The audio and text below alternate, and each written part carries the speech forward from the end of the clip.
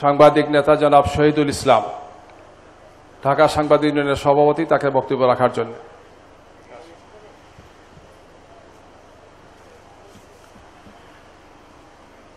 আউযু বিল্লাহি মিনাশ শাইতানির রাজিম।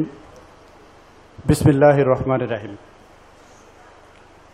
জুলাই ঘোষণা এবং জুলাই সনদের আইনি ভিত্তি প্রদান ও আমাদের করণীয় শীর্ষক জাতীয় সেমিনারের শ্রদ্ধাভাজন সভাপতি, বাংলাদেশ জামায়াত ইসলামের কেন্দ্রীয় নায়েবে আমির, সাবেক এমপি জনাব ডক্টর সৈয়দ আবদুল্লাহ মোহাম্মদ তাহের, মঞ্চে উপস্থিত বিজ্ঞ আলোচকবৃন্দ, জাতীয় নেতৃবৃন্দ, বিভিন্ন পেশাজীবী নেতৃবৃন্দ, সাংবাদিক সহকর্মী বৃন্দ এবং সুধীবৃন্দ, আসসালামু আলাইকুম ওয়া রাহমাতুল্লাহ।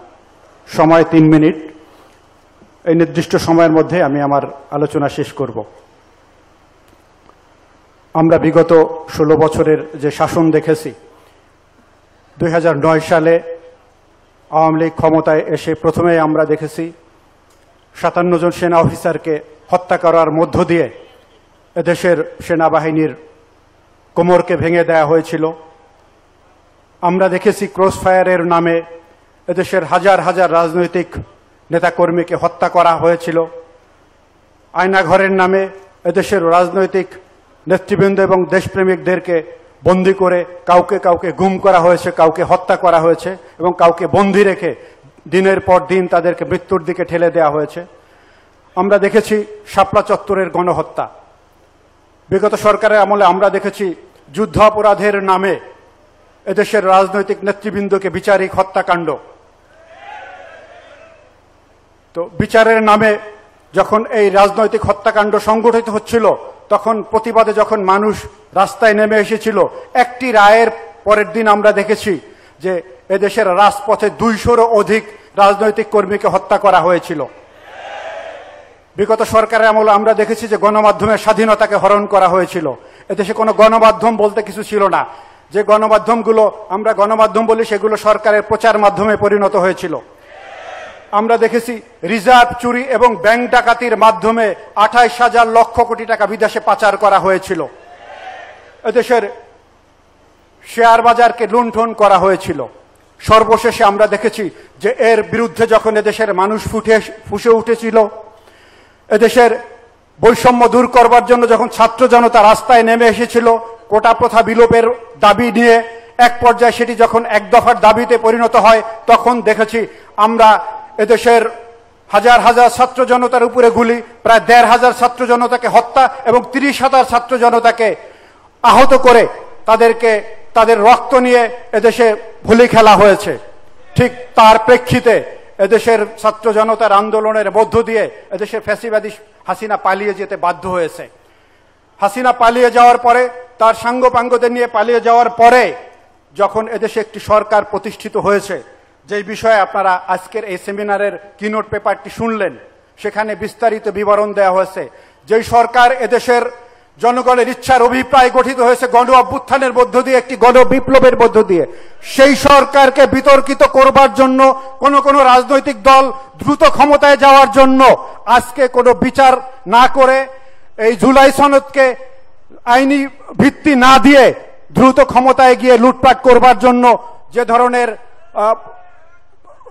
যে ষড়যন্ত্র শুরু করেছে, আমি বলবো যে ধরনের কাজ তারা শুরু করেছে, এটিকে প্রতিহত করা উচিত এবং বাংলাদেশের মানুষের উচিত এই জুলাই সনদকে একটি আইনি প্রক্রিয়ার মধ্য দিয়ে সংবিধানে সন্নিবেশিত করার পরে এদেশের নির্বাচন হবে।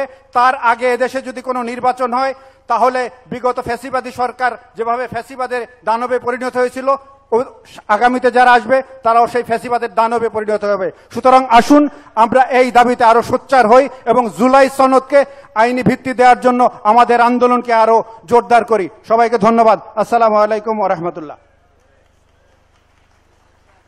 সম্মানিত সুধী মণ্ডলী, আমন্ত্রিত অতিথিবৃন্দ, প্রবন্ধের উপরে এ পর্যায়ে সংক্ষিপ্ত আলোচনা করবেন কর্নেল অবসরপ্রাপ্ত অধ্যাপক জিহাদ খান। নাহমাদুহু ওয়া নুসাল্লি আলা রাসূলিল কারীম।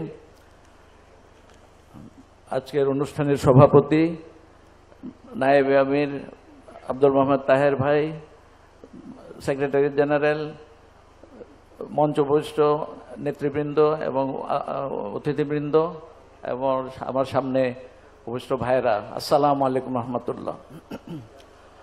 আমরা ইতিহাসে অনেক স্বৈরাচারের নাম শুনেছি, ফেরাউন, নমরুদ, তারপর স্ট্যালিন, হিটলার, কিন্তু একজন মহিলা স্বৈরাচার এমন ইতিহাস আমার মনে হয় দ্বিতীয় কোনো নজির নেই।